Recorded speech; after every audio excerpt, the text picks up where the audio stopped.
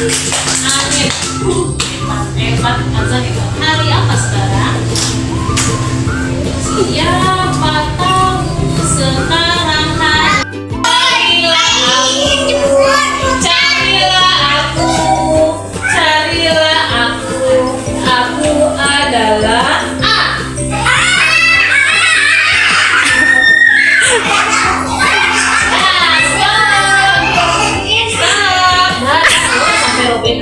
sampai Robin ya.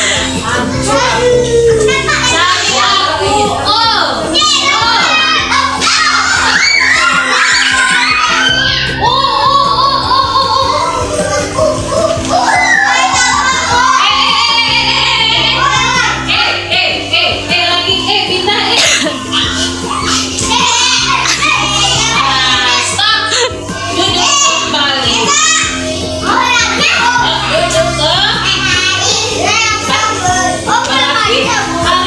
Alhamdulillah sudah tahu dengan huruf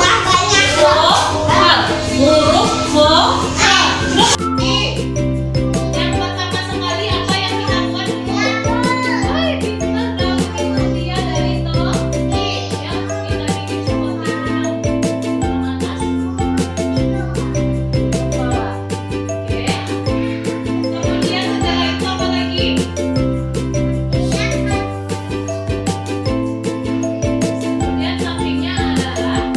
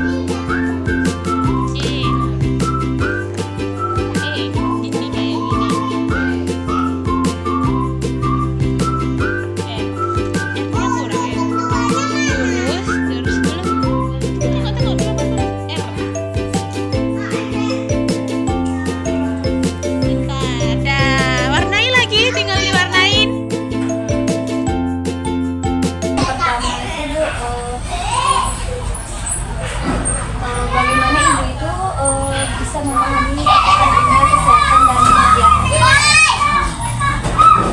Untuk perkembangan anak ini kan dari usia dini harus kita ketahui bahwasanya perlunya anak ini diberi makanan yang sehat karena pada usia ini anak akan berkembang sesuai umurnya, makanya kita perlu memperhatikan gizi yang dikonsumsi oleh anak didik kita. Terus menurut Ibu, apa pengaruh gizi itu terhadap perkembangan fisiknya, terus dan belajar anak ini di sekolah? Kalau misalnya kalau perkembangan fisiknya anak itu beraktivitas sangat luas, kalau tidak ada yang nggak beraktivitas semuanya tampaknya yang mungkin gizinya seimbang, makanya aktivitasnya luar biasa. Dan untuk perkembangannya dalam pembelajaran juga anak itu konsentrasi, mau dia mendengarkan gurunya, sudah itu nggak ada dia lena. Tapi seandainya kalau gizinya kurang, anak pasti akan lemas, mungkin tidak bersemangat dalam pembelajaran. Terus apakah Ibu atau guru di sini pernah mendapatkan pelatihan khusus tentang gizi anak? Kalau itu belum ada pernah. Karena kita kan dari puskesmas ada orang memantau perkembangan anak itu sekali sebenarnya. Terus apa langkah yang biasanya dilakukan di sekolah untuk menjaga kesehatan anak dalam sehari-hari? Ya, seperti yang pembiasaan ya, kalau hari Senin, hari Sabtu kita kan mengingatkan anak nanti kalau di hari kerjanya di minggu memotong kuku, membersihkan sepatunya, membersihkan tempat tidurnya. Di hari Seninnya nanti kita periksa giginya, telinganya, Apa ada yang kayak nggak ngelakuin ya? Nah, kita ingatkan kadang-kadang nanti kita kan kita sedang bukan kita bikinkan kuku. Terus bagaimana peran ibu dalam mengingatkan itu anak-anak tentang hidup sehat itu lebih kayak tadi ya? Terus apakah ada program khusus di sekolah terkait kesehatan gizi, misalnya pemberian makanan tambahan, misalnya terus pemeriksaan kesehatan rutin misalnya? Kalau pemeriksaan kesehatan itu biasakan dilakukan oleh orang petugas kesehatan dari puskesmas. Kemudian kalau di sekolah kami kan ada menyediakan makanan. Jadi kalau kami menyediakan makanan itu ya anak yang berat lah sepertinya kalau hasilnya itu biasanya nasi sup, nasi kurma, macam-macam. Jadi supaya tidak menonton TV 2 jam menunya tidak dia nak mau makan. Kita menyediakan makanan makanan sehat. Apa ada anak yang kelihatannya itu ada mengalami masalah gizi nggak? Misalnya itu kurang gizi atau stunting atau obesitas gitu. Terus kalau ada bagaimana sekolah menangani? Kalau yang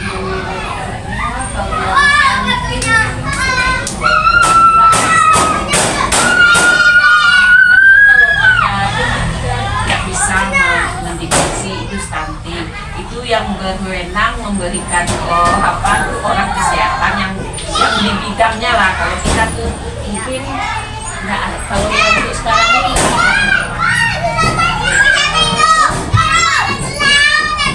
bagaimana kerjasama antara pihak sekolah dan orang tua dalam menjaga asupan gizi anak? kan kita kalau di sekolah kan kita waktu awal ajaran baru kita dari mulai sama orang tua dan kita akan ada makanan di sekolah. Dengan seperti itulah kita memberikan tahu misalnya anak nggak suka ada nih satu yang nggak mau makan nasi, cuman orang tuanya harus membayar juga, cuman kita kan kita beli tujuh, dia nggak berapa ya baik, cuma nasi pakai ayam dia mau, dia nggak mau nasi kemudian dia kita beli saja. Tapi adiknya nggak bekal dari rumah? Bukan, enggak. sekolah. Itu kalau Terus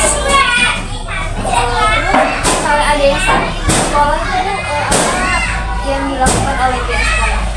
kalau kami kan udah kesepakatan 2 tahun awal tahun ajaran baru.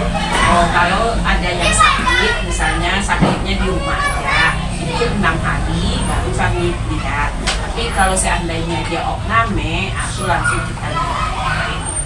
Misalnya dari rumahnya sehat bu, atau pas sampai di sekolah?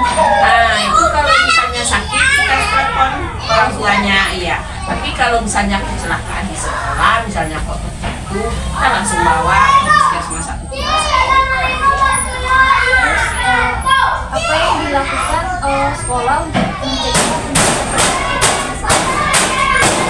Apa yang dilakukan pihak sekolah misalnya ada anak yang memiliki penyakit yang menular? Nah, kalau itu kami minta pada orang tuanya supaya jangan sekolah dulu anaknya, diistirahatkan dulu sampai sembuh. Terus apakah tersedia fasilitas pendukung misalnya kotak P3K, jadwal pemeriksaan dokter atau tidak sama dengan puskesmas? Puskesmas ada tuh jadwalnya udah tiap bulannya.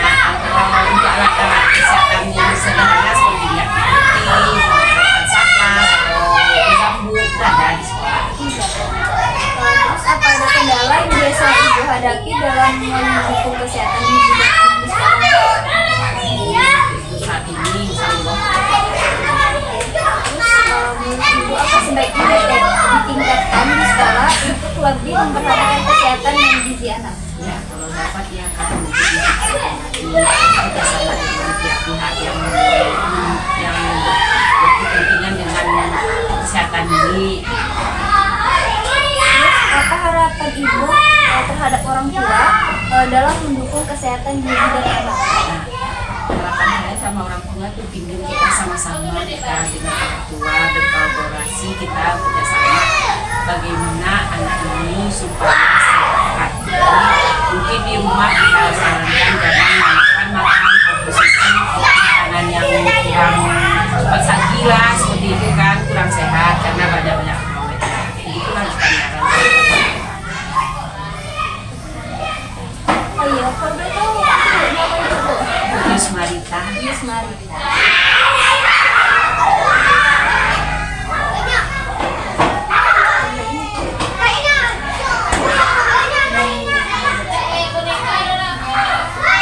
Jadi nanti sering makan siang, ya makan. Makan biasanya pulang. Dia jam 11 pulang ya. Jam berapa? Sebentar lagi dia makan. Jadi